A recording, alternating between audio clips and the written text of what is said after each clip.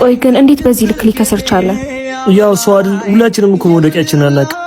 ጭራሽ ደግሞ በዚህ ኑሮ ላይ ልጅም አለ አይደል? አዎ እንደ ከስረስታቅ ልጁን ትታለት እሷ ሀብታም አግብታ እየኖረች ነው።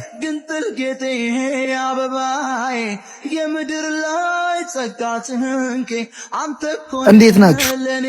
በጣም አዝናለሁ። አልሰማውም ነበር። ለምኑ? መክሰርንና ሚስት ጥላ እንደሄደች።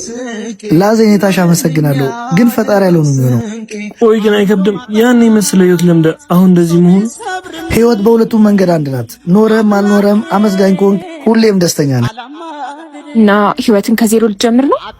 አይደለም ጀምሬዋለሁ እንጂ በፊትም ከዜሮ ነው የተነሳሁት። አሁንም ከዜሮ እነሳለሁ። የስኬት ጉዞ ሊፍት የለውም፣ ደረጃውን መጠቀም አለብን። እኔ ደግሞ አሁን በዛ ደረጃ ላይ ነኝ።